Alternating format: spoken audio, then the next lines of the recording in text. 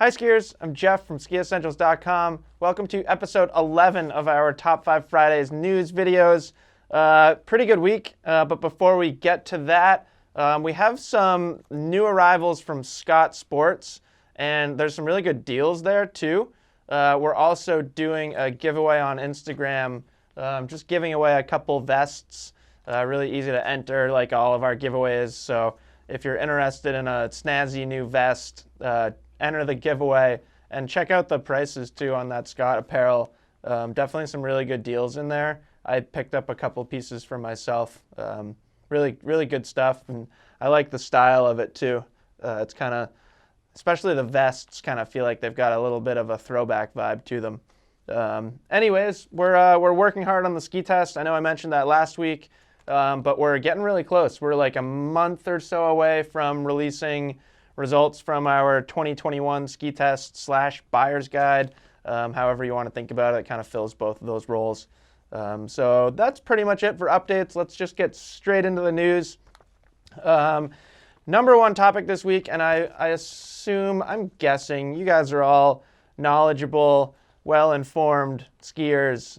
So I'm guessing that you probably heard about this, but it's a pretty interesting story. And basically, Squaw Valley is considering changing their name. So Sierra Sun did a really good job reporting on this.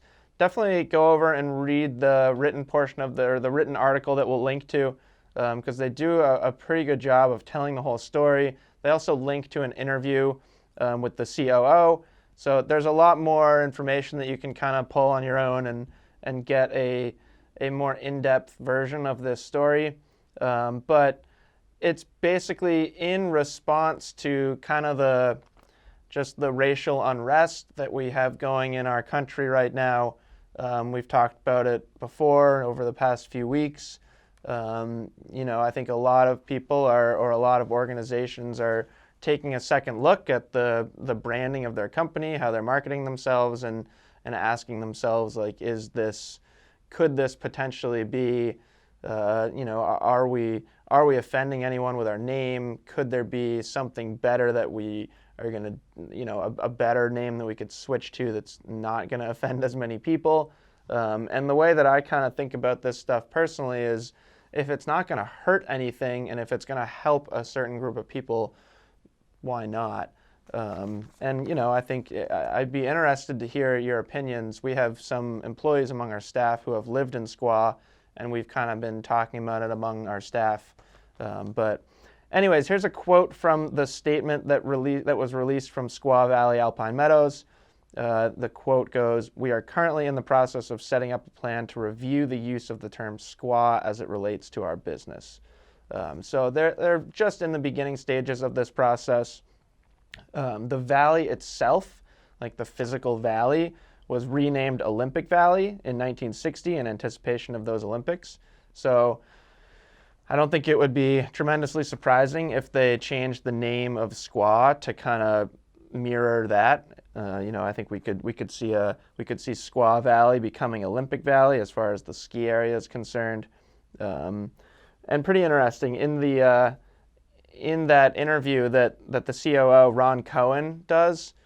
He talks a little bit about the origins of that name and where it came from, and it essentially was, the valley was named that by kind of the original white settlers in that area. So pretty interesting stuff. I think it's very topical considering what's going on right now. So take a look at that. I'm sure you'll be interested in it. Next up is a little bit lighter topic.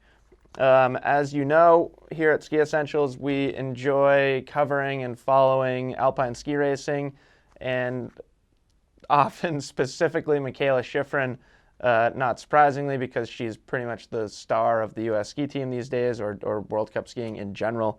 So this is specifically a Mikaela Shiffrin update.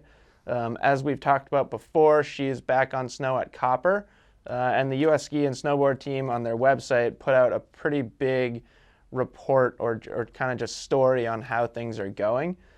She's been working on slalom and GS with a little bit more time focused on GS fundamentals. Everything that we're hearing out of that area, out of Copper, is that she's skiing really well. still has, is still holding on to her position as the elite women ski racer. So that's all great to hear. As fans of Mikaela Shiffrin, we hope she is enjoying herself on snow. Wish we could be on snow too. But yeah, hopefully she's really enjoying it and getting a lot out of it. Pretty soon, Copper won't have the snowpack necessary for alpine ski racing training. They do keep their terrain park and kind of like the World Cup freestyle training going a little bit longer through the summer because they do some specific snow farming for that. But the ski racing, they're going to have to move to a new location relatively soon. So we'll keep you guys posted on that. Chances are they'll go to Mount Hood. But yeah, as soon as we hear any updates, we'll certainly put them in Top 5 Fridays. Number 3 is, I'd say, COVID-19 related. In fact, yeah, it certainly is. Basically, because of the situation with COVID-19, the H-2B and the J-1 visa programs have both been suspended. Basically, this was a decision coming down from the president and the federal government, and it could have a really big effect on the ski industry. We're a little bit ways away until when those employees would typically be coming into the country and starting their positions. But right now, or in the past season, in a normal season, there's about 10,000 seasonal workers from those two programs for ski resorts, just ski resorts, specifically ski resorts. So losing that many people is tough. And a lot of resorts really rely on it because of their kind of remote location.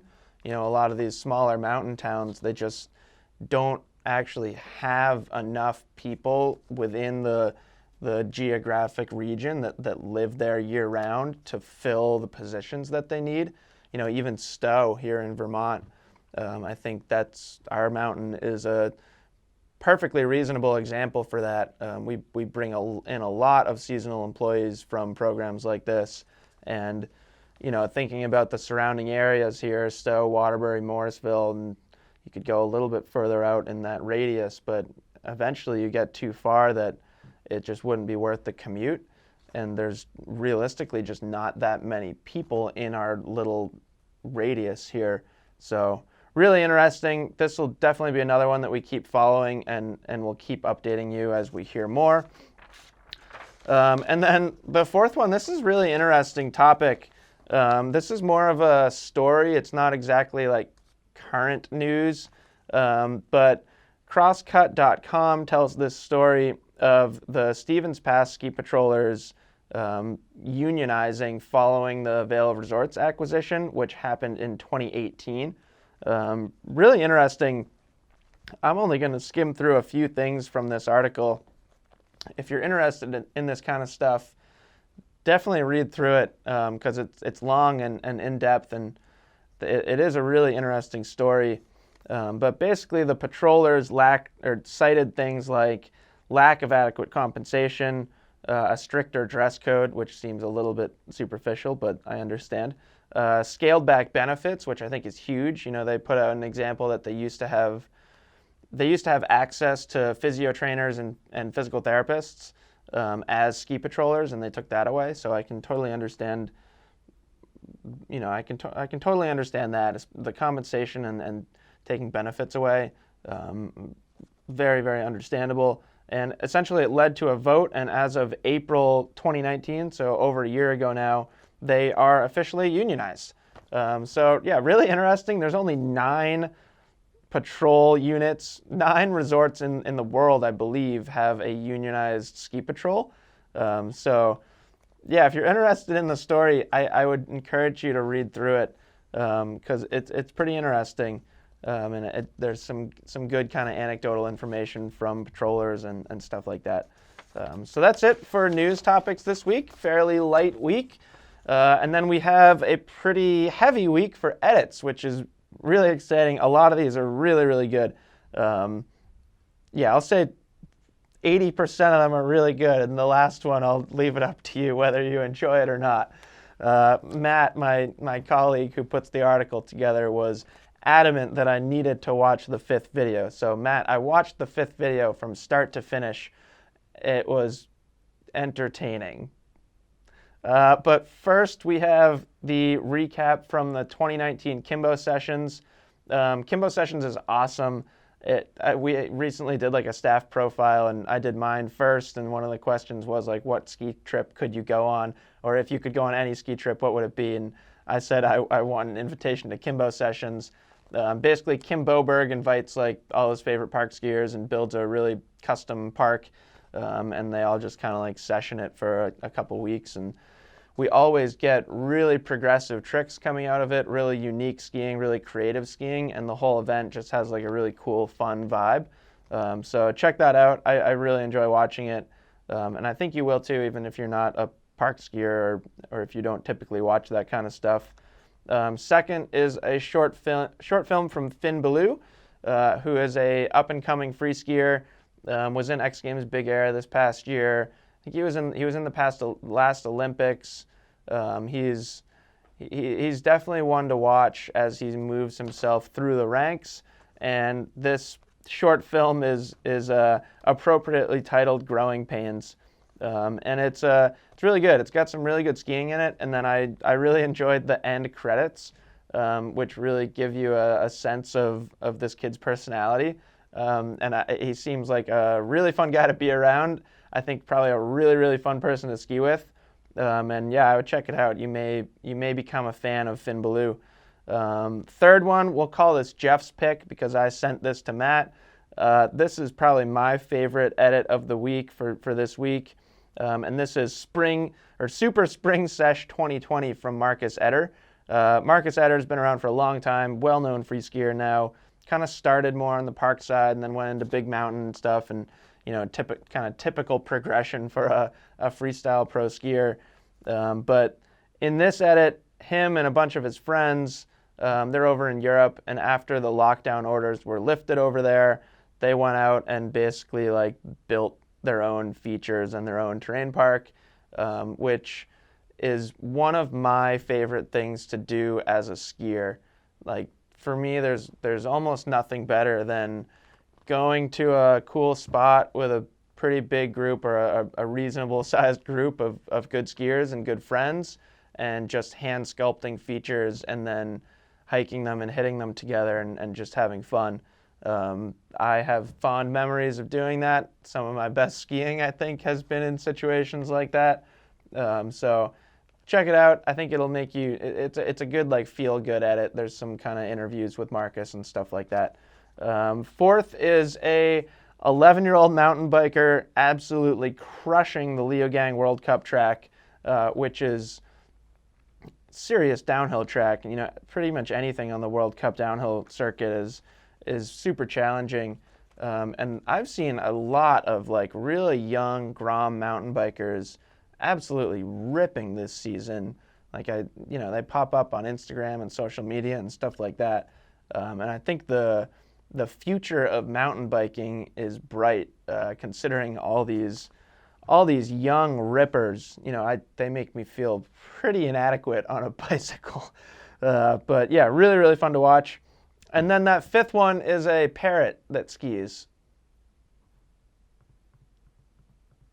Yeah, that's it. It's a parrot that skis, kind of. A guy that owns a parrot made some skis for him, and he slides down a little ramp. That's it. So thanks, Matt. Thanks for including the skiing parrot. I think it is a really stacked edits of the week this week. So kind of fun to have a silly one in there too. So that's it. Kind of light news week this week, which I don't think is a bad thing. As always, get in touch with us if you want to see anything specific in these videos. I'm still hoping to bring in some of my coworkers and some industry people and stuff like that as soon as we can, as soon as it's safe to do so. And yeah, we'll talk to you guys soon. We're planning a couple of reviews soon. We'll have more skate to ski footage. And then right around the start of August, you're going to see a bunch of ski test content coming out from us. I'm looking at a wall of 2021 skis right there that I'm sure you guys would all be psyched to take a look at too. So we'll be sharing all that stuff with you soon. And yeah, thanks for joining me.